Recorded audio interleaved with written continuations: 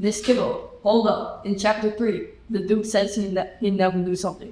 Let's swear him out. But then, bam, next page, he's totally doing it. It's a complete contradiction. Wow, that's an amazing observation, Jamie. Can anyone else weigh in on why the author might create such a contradiction? What effect does that have on us as readers? And perhaps it highlights a weakness in their character, or does it show desperation? We'll definitely dig into that more in our group discussions.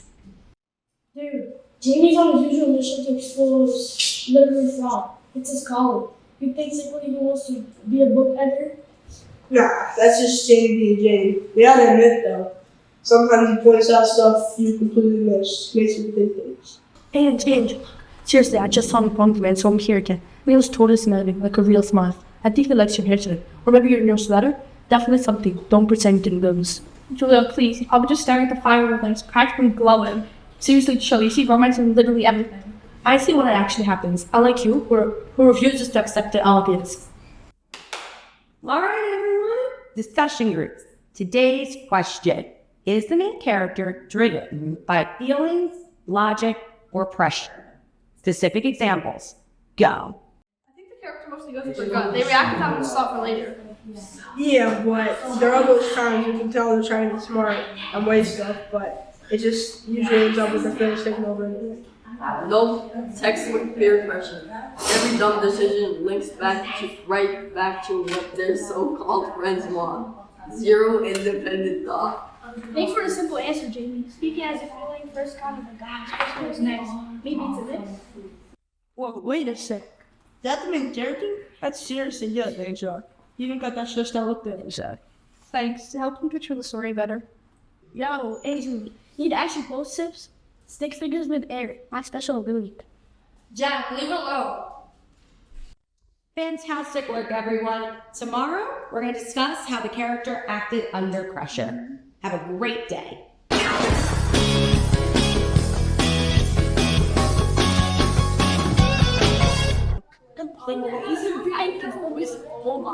Alright, everybody, let's get started. So today, we're going to continue talking about the Aztecs, looking at historical evidence. Who knows what the two types of historical evidence are? Primary and secondary sources. Exactly. Awesome. Okay, so when we're talking about the Aztecs, though, can we think about a primary source that relates specifically to them?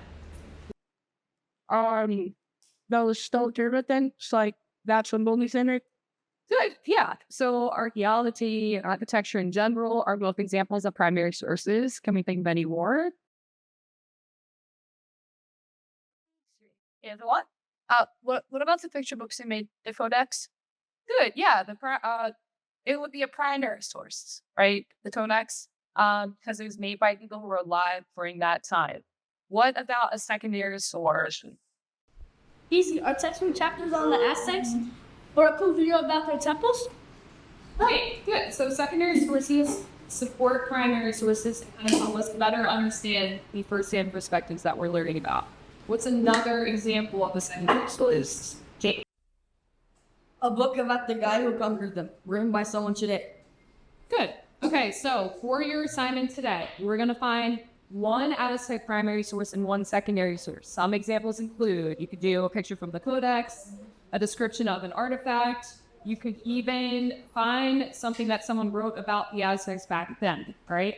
Then you're going to compare how the secondary source relies on or uses the primary source. What does the secondary source say about it? Does that make sense?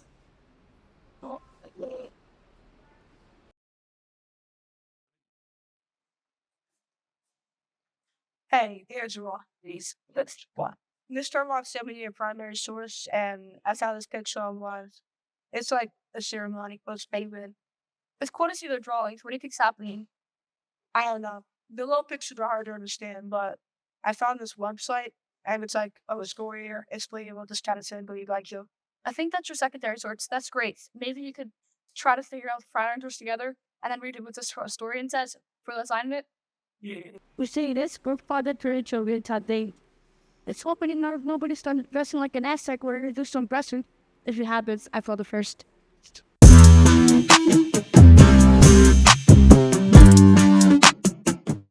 Alright, so as we take a look at these two angles, we can see that they're almost the same size.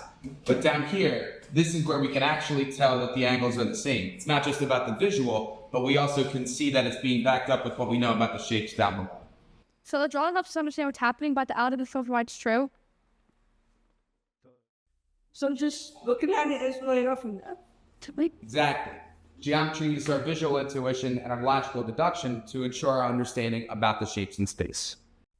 But I'm going to lower the trace. So, this weekend, I was thinking maybe you could like go get a movie. I like that. You know what this means, right? Or should we move and mention the events? Yes, and also, I was right.